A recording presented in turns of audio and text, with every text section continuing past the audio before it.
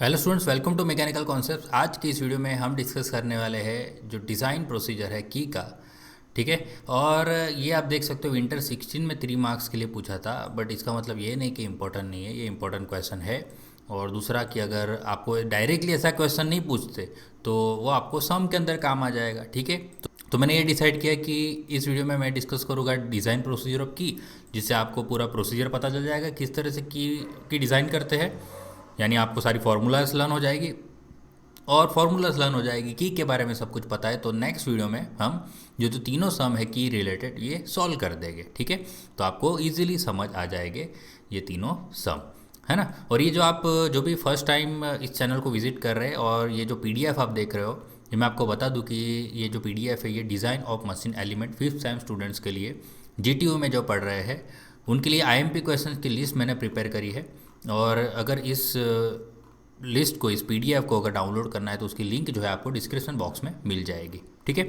Already 14 solutions वाले जो हमने वीडियो पोस्ट कर दिए हैं, बहुत सारे स्टूडेंट्स ने देख भी लिए होंगे। जिसने भी वो वीडियोस नहीं देखे तो वो देख लेना, क्योंकि वो डिज़ाइन ऑफ मशीन एलिमेंट का सब्जेक्ट क्लियर करने में प्लस अच्छा खासा स्कोर करने में आपको बहुत बहुत यूज़फुल होगा। ठीक है। तो चलिए ये जो सम है उसको स्टार्ट करते हैं। इसके बाद तो हम कपलिंग करने वाले। ठीक है। तो जो 7 मार्क का कपलिंग का सम है, उम्मीद करिए, होप करिए कि कपलिंग का ही सम इस बार 7 मार्क्स में पूछे, तो जिससे हम डिज़ाइन में अच्छे से अच्छा स्कोर कर पाए, है ना। चलिए डिज़ाइन ऑफ की को स्टार्ट करते हैं। तो की को स्टार्ट करना है तो सबसे पहले आप की जनरली हम अभी खाली जो डिज़ाइन हमें बात करनी है, दो तरह की डिज़ाइन करनी है। एक स्क्वायर की और दूसरी की रेक्टेंगुलर की। ठीक है, रेक्टेंगुलर। तो स्क्वायर की रेक्टेंगुलर में ज़्यादा फ़र्क नहीं है। तो की किस तरह से दिखेगी और की का फंक्शन क्या होता है मैं थोड़ा बहुत आपको इंट्रो दे दूंगा। तो एक मैं अभी रेक्टेंगुलर की यहाँ पे ड्रॉ कर रहा हूँ। तो आप देख सकते हो यहाँ पे कि जो रेक्टेंगुलर की है ये एक जस्ट एक एलिमेंट होता है। और उसके डायमेंशंस की बात करें तो एक जो लेंथ ऑफ द की होगा एल, फिर एक होगा width of the key W, और एक रहेगा थिकनेस ऑफ द की यानी टी। ठीक है। ये 3 डायमेंशन है। यानी जब भी आपको डिज़ाइन करना है रेक्टेंगुलर की या तो स्क्वायर की, तो आपको ये 3 चीज़ फाइंड करनी है। डब्ल्यू फाइंड करना है की का, लेंथ फाइंड करना है और थिकनेस फाइंड करनी है। रेक्टेंगुलर वाले केस में क्या होगा, ये जो डब्ल्यू है और जो थिकनेस होगी वो सेम होगी, यानी W is equal to T होगा। और रेक्टेंगुलर क्रॉस सेक्शन में डब्ल्यू और टी में डिफरेंस होगा। ठीक है। चलो ये इस तरह से की होती है। अभी मैं आपको बता दूं कि ये की जो है ये फंक्शन किस तरह से करती है ना। तो की का फंक्शन समझने के लिए आप पहले एक शाफ्ट बना लेता हूँ मैं और एक हब बना लेता हूँ, जिससे आपको समझ आए कि किस तरह से ये की का रोल है। ठीक है। तो एक शाफ्ट फॉर एग्जांपल है। ठीक है। ये शाफ्ट है। तो ये जो शाफ्ट है और ये शाफ्ट जो है इसको मैं फिट करने वाला हूँ एक हब में। ठीक है। यानी कि हब यानी एक तरह से आप अभी टेम्पररी मान सकते हो कि एक होलो शाफ्ट है हमारे पास। ठीक है। तो एक होलो शाफ्ट बना लिया मैंने। तो ये होलो शाफ्ट है। ओके। तो ये जो शाफ्ट है मैं इंसर्ट करने वाला हूँ इस जो हब है उसके अंदर।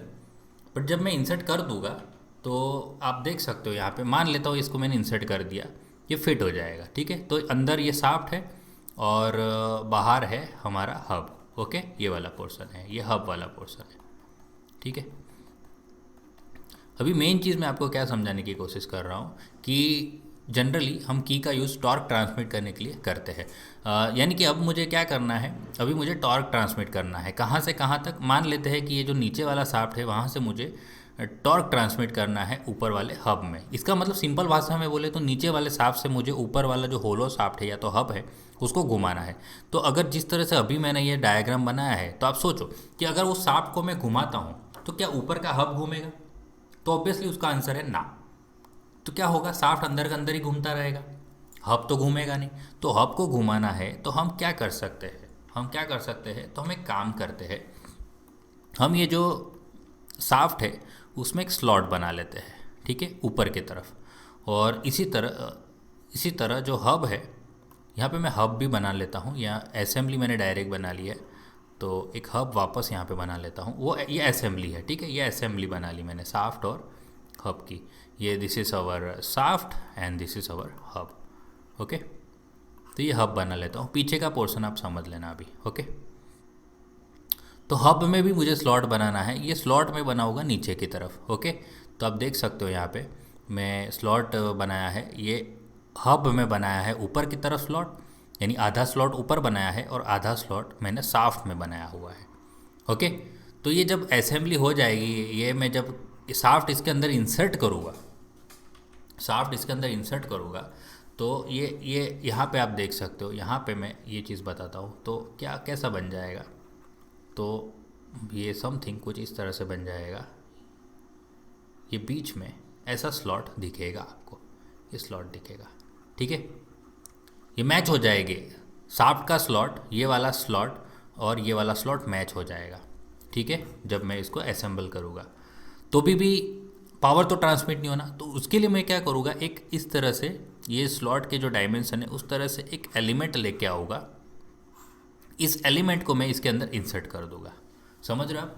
तो उसका मतलब अब आप देखो, इसका मैं एक साइड व्यू बना लेता हूँ तो आपको ज़्यादा समझ आएगा। ठीक है, तो ये देखिए शाफ्ट हो गया। ओके, ये शाफ्ट और ऊपर है हब। ठीक है, ये हब हो गया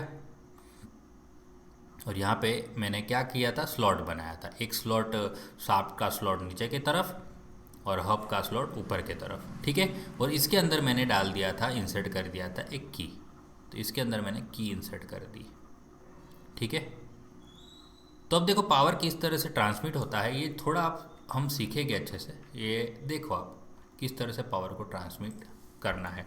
तो जब शाफ्ट घूमेगा तो शाफ्ट कहाँ फोर्स लगाएगा, तो शाफ्ट लगाएगा की के लोअर पोर्शन में, क्योंकि आप देख सकते हो कि हाफ की जो है वो शाफ्ट के अंदर है और हाफ की जो है यानी जो थिकनेस है, की थिकनेस ये T/2 थिकनेस है, ये ऊपर की तरफ है हब वाले पोर्शन में, और T/2 थिकनेस जो है वो लोअर पोर्शन में है। समझ रहे हो आप?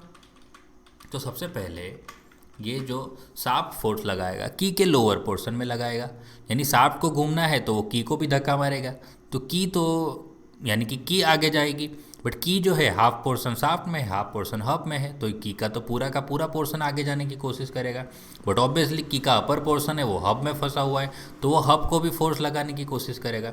तो इस तरह से ये पावर को ट्रांसमिट करेगा, शाफ्ट से की और की से लेके हब, इस तरह से पावर ट्रांसमिट होगा। इसका मतलब अभी शाफ्ट भी घूमेगा तो हब भी घूमेगा। समझ रहे हो?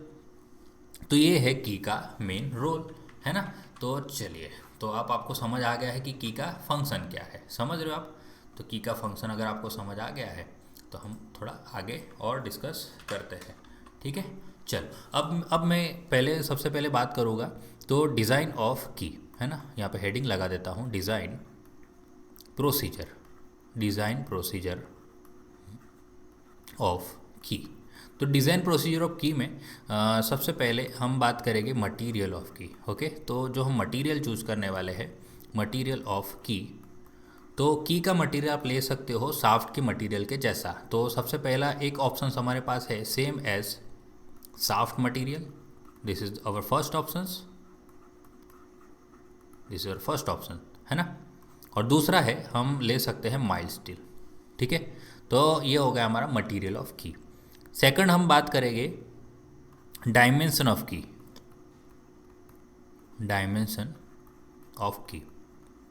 तो डायमेंशन ऑफ की में तो हम एक की ड्रॉ कर लेते हैं।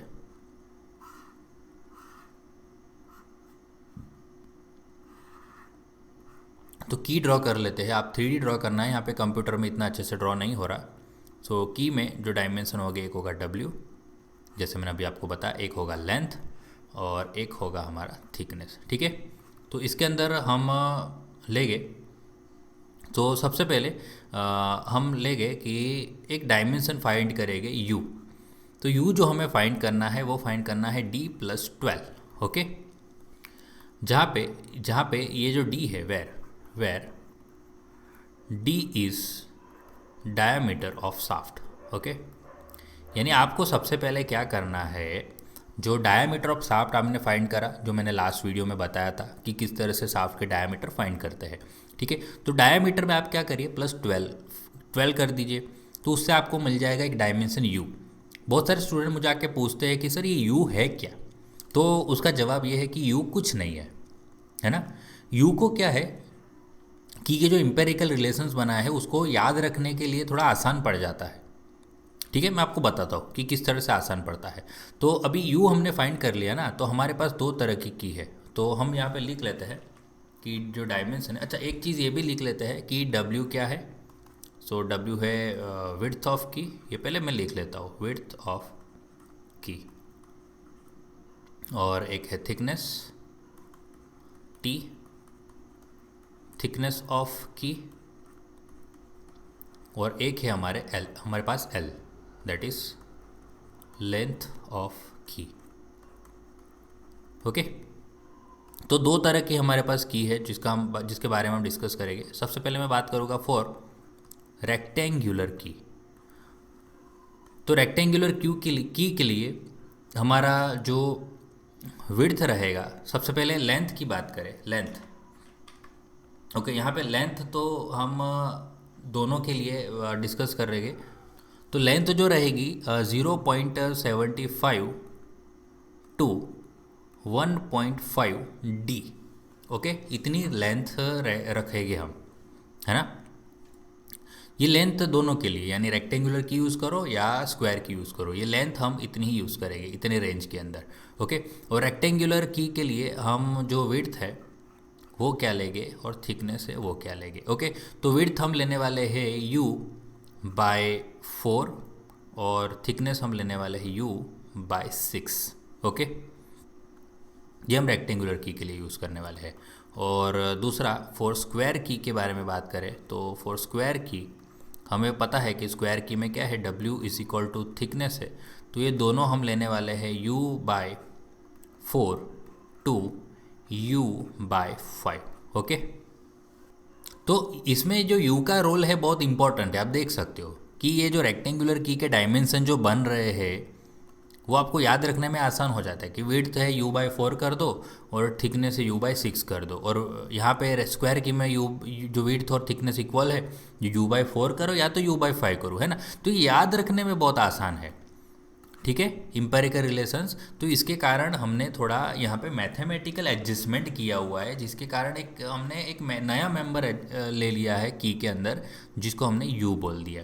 तो u हमने क्या कर दिया, d+12 ले लिया, तो जिससे एक ये जो u डायमेंशन जो मिलता है, वो डायमेंशन के बाद आप देख सकते हो कि की के डायमेंशंस कितने आसानी से याद रहेंगे, u बाय 4 u बाय 6, और स्क्वायर में तो u बाय 4 है, ठीक है। तो वो याद रहे इसलिए, और थोड़ा कैलकुलेशन इजी हो जाए, इसके कारण एक u को इंट्रोड्यूस किया हुआ है हमारे की के डिज़ाइन के अंदर, ठीक है। तो की के डायमेंशंस तो फाइंड कर दिए। अब लास्ट चीज़ हमारा क्या बाकी है कि इसकी जो फेलियर है, failure of the key discuss कर लेते हैं, ठीक है। So number 3 is our failure of की, फेलियर ऑफ की। तो फेलियर ऑफ की के अंदर सबसे पहले मैं ये आपको बताऊंगा कि हम ट्रांसफ़र करते हैं टॉर्क, यहाँ पे ज़्यादातर क्योंकि ये चैप्टर ही है टॉर्क ट्रांसमिशन का। ओके, तो जो टी हम लेने वाले हैं which is our torque transmitted by shaft. Okay, torque transmitted by shaft. फिर एक एफ लेने वाला है जिसको मैं बोलूँगा टेंजेंशियल फोर्स, टेंजेंशियल फोर्स।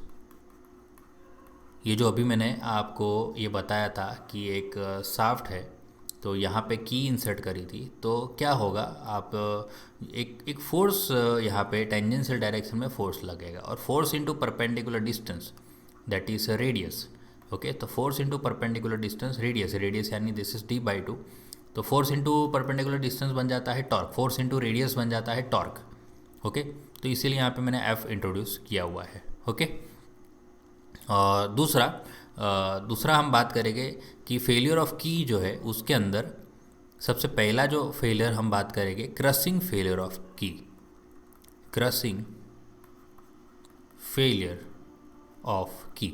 अगर कोई और नोटेशन रह गया है तो मैं वो उसको आगे मेंशन कर दूंगा, ठीक है। ऐसा ज़रूरी नहीं कि सारी लिस्ट ऊपर ही डाल देनी है ना। जैसे बुक ने दिया है ऐसा ज़रूरी नहीं कि आप ऐसा ही करो। आप क्रसिंग फेलर लिखो, अगर कुछ डायमेंशन की ज़रूरत पड़ेगी या कुछ नोटेशन हमने एक्स्ट्रा यूज़ कर लिया तो उसको मेंशन कर लेगी कि इस नोटेशन का मतलब ये है। ओके, तो पहले क्रसिंग फेलर को आप समझ लो, ठीक है। यहाँ पर मैं आपको क्रसिंग फेलर समझाने की कोशिश करूँगा कि अभी आपने क्या देखा।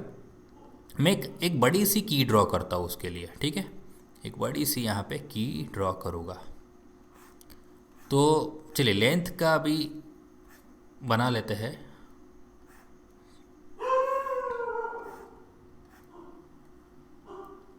ओके, ये की मैंने ड्रॉ करी है। तो आपको क्या, आपको पता है कि जो की का हाफ पोर्शन है, की का हाफ पोर्शन, वो नीचे वाला हाफ पोर्शन जो है, नीचे वाला हाफ पोर्शन वो शाफ्ट के अंदर कनेक्टेड है ना। शाफ्ट के अंदर कनेक्टेड है, ये आपको पता है पहले से, ठीक है। और ऊपर वाला जो हाफ पोर्शन है वो हब के अंदर कनेक्टेड है, ठीक है। और मैंने अभी भी आपको बताया जैसे शाफ्ट घूमेगा तो सबसे पहले कहाँ प्रेशर आएगा, तो की के जो ये पीछे वाला साइड है उसके लोअर साइड पे प्रेशर आएगा। अभी लोअर साइड की बात करें तो आपको ये भी पता है कि T/2, ये T/2 थिकनेस पे ही फोर्स आएगा, है ना। यानी कितना पोर्शन की मैं बात कर रहा हूँ, ये जो की है इसके पीछे की तरफ, पीछे की तरफ, इसलिए मैं डॉटेड बना रहा हूँ। देखिए ये जो है ये पूरा मैं यहाँ पे की बना रहा हूँ। ओके, ये पूरा मैं बना दिया है ना। पीछे का पोर्शन भी बनाया, इसीलिए मैंने यहाँ पे डॉटेड लाइन बनाई हुई है।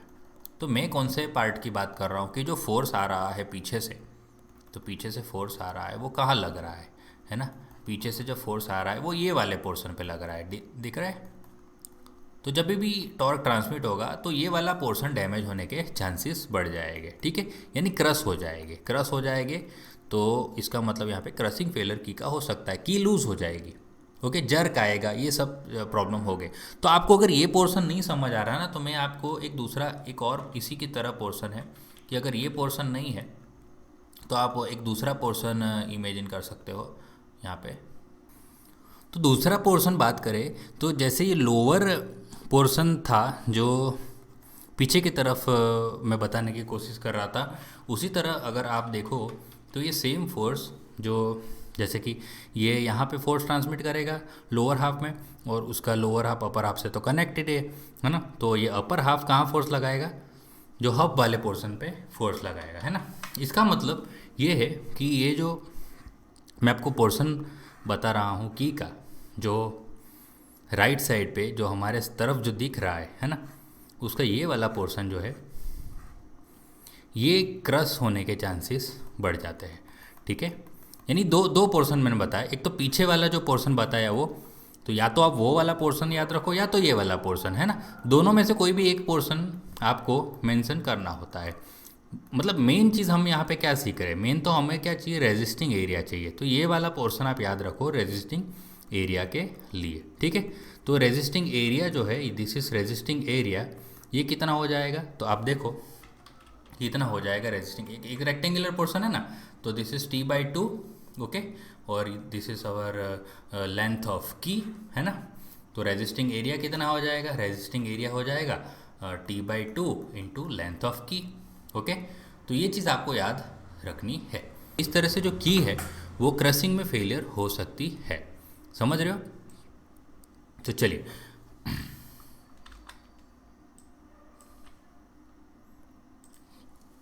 तो फेलियर ऑफ की इन क्रशिंग के अंदर हम क्या लगाएंगे, टॉर्क ट्रांसमिटेड। तो टॉर्क लगाएंगे which is equal to force into radius, radius यानी D/2।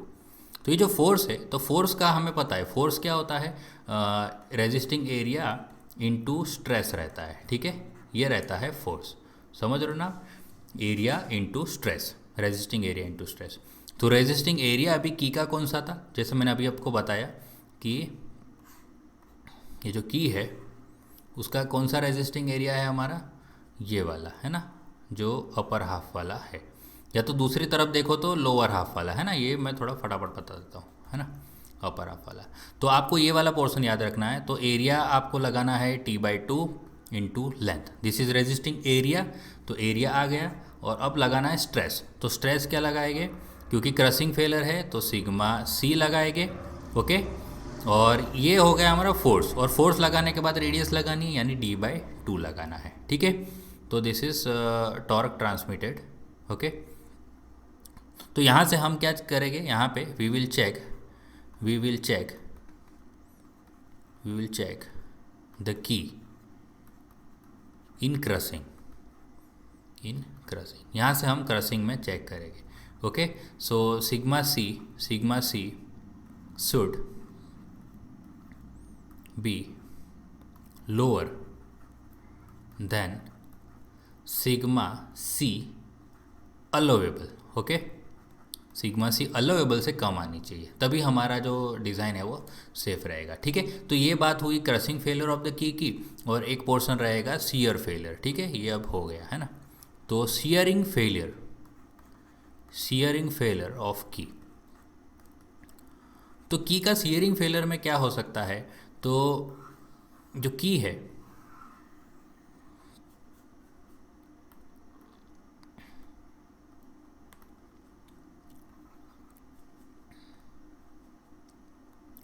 तो हमने यहाँ पे की बनाई थी, ओके। तो ये की जो इंसर्ट की थी इसके अंदर, तो की क्या होती है, तो फोर्स लगने से यहाँ से बीच से सेंटर से ही क्या हो जाएगी, सेंटर से ही दो टुकड़े में बढ़ जाएगी, ओके। इसका मतलब जब शाफ्ट घुमाएंगे तो ये जो लोअर पोर्शन है की का, नीचे वाला पोर्शन ये शाफ्ट में ही चला जाएगा, और ऊपर वाला पोर्शन हब के अंदर ही रह जाएगा, है ना। तो इसका मतलब आप देख सकते हो कि की जो है वो दो हिस्सों में बढ़ जाएगी, है ना। जो की है उसके दो टुकड़े हो जाएंगे, ओके। ये वाला जो लोअर पोर्शन है वो शाफ्ट में चला जाएगा, और ऊपर वाला पोर्शन जो होलो शाफ्ट या तो हब के अंदर रह जाएगा, है ना। इसका मतलब आपको रेजिस्टिंग एरिया कौन सा मिलेगा, तो रेजिस्टिंग एरिया अगर ये जो ऊपर वाला जैसे कि की है, तो की क्या हो जाएगी, जो शाफ्ट एक पोर्शन शाफ्ट में चला जाएगा और एक पोर्शन हब में। इसका मतलब रेजिस्टिंग एरिया कौन सा आएगा, तो ये वाला हिस्सा रेजिस्टिंग एरिया आएगा। इसका मतलब आप ये जो ऊपर वाला पोर्शन है उसको हटा दो, तो आपको जो रेजिस्टिंग एरिया मिलेगा, है ना। तो इस तरह से आपको कुछ रेजिस्टिंग एरिया दिखेगा। देखो मैं बता रहा हूँ, तो ये जो दिखे t/2 जो है, ये t/2 थिकनेस वाला जो शाफ्ट के अंदर रह गया वो वाला पोर्शन बता रहा हूँ। तो ये ऊपर वाला पोर्शन है वो आपको रेजिस्टिंग एरिया दिखेगा, है ना। तो ये वाला एरिया कौन सा है, तो ये वाला एरिया है,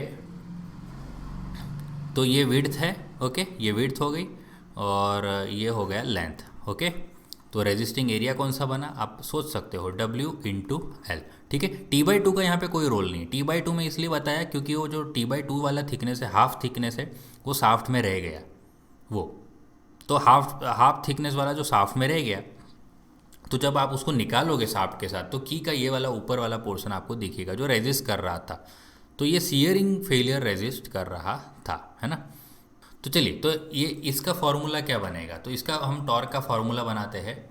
तो सबसे पहले हम क्या लिखेंगे, टॉर्क ट्रांसमिटेड जो टी है वो यहाँ पे क्या हो जाएगा, फोर्स इनटू रेडियस यानी d/2, ओके। तो फोर्स जो होता है वो एरिया इंटू स्ट्रेस रहता है। तो रेजिस्टिंग एरिया इसके अंदर क्या आएगा, width into length, this is resisting area into stress. तो स्ट्रेस कौन सा आएगा, सीयर है तो टाउ लगाएंगे, ओके। तो एरिया और स्ट्रेस आ गया यानी फोर्स आ गया, और रेडियस लगाएंगे यानी d/2, ठीक है।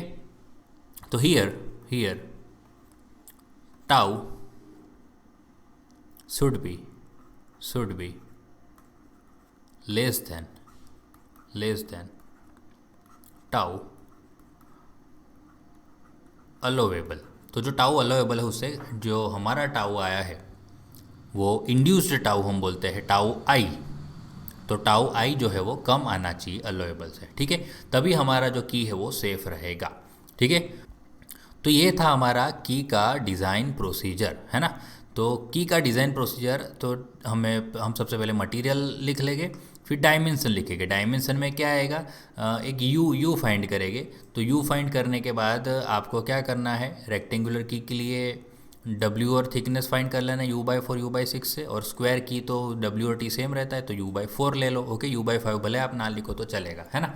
फिर उसके बाद फेलियर ऑफ की जो है आपको लेना है, तो उसमें दो तरह के फेलियर बात करेंगे, एक तो क्रशिंग फेलियर और एक सीयरिंग फेलियर। तो क्रशिंग फेलियर मैंने आपको बात किया कि आपको याद रखने के लिए क्या करना है, जो t/2 वाला जो थिकनेस है, t/2 वाला थिकनेस और लेंथ, है ना। ये वाला पोर्शन अगर आप याद रख लोगे, जो थिकनेस के साइड के आधा अपर हाफ वाला पोर्शन आप याद रखो, तो आपका एरिया पता चल जाएगा। ठीक है, ये है हमारा एरिया।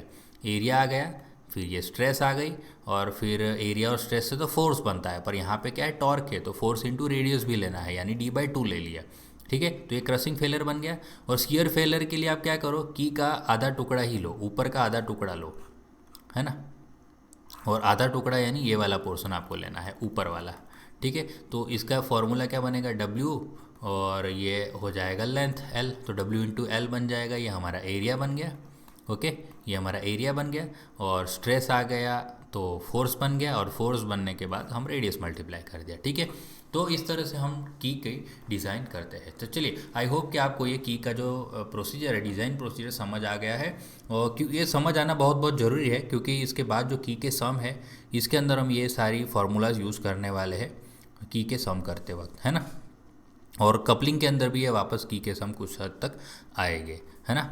चलिए, अब मिलेंगे नेक्स्ट वीडियो में हम ये जो सम है 14, 15, 16, ये नेक्स्ट वीडियो में हम परफॉर्म करेंगे। बस आज की वीडियो में इतना ही। और दूसरा एक आप सभी से रिक्वेस्ट ये था कि जिस तरह से हम YouTube पे एक कम्युनिटी बना रहे हैं, और YouTube पे आप हमसे जुड़ रहे हो मैकेनिकल कॉन्सेप्ट के साथ, इसी तरह जैसे मैंने आपको लास्ट वीडियो में कुछ रीजंस बताए थे कि किस तरह से आपको खाली एक प्लेटफॉर्म पे नहीं जुड़ना, दूसरे प्लेटफॉर्म पे भी जुड़ना ज़रूरी है।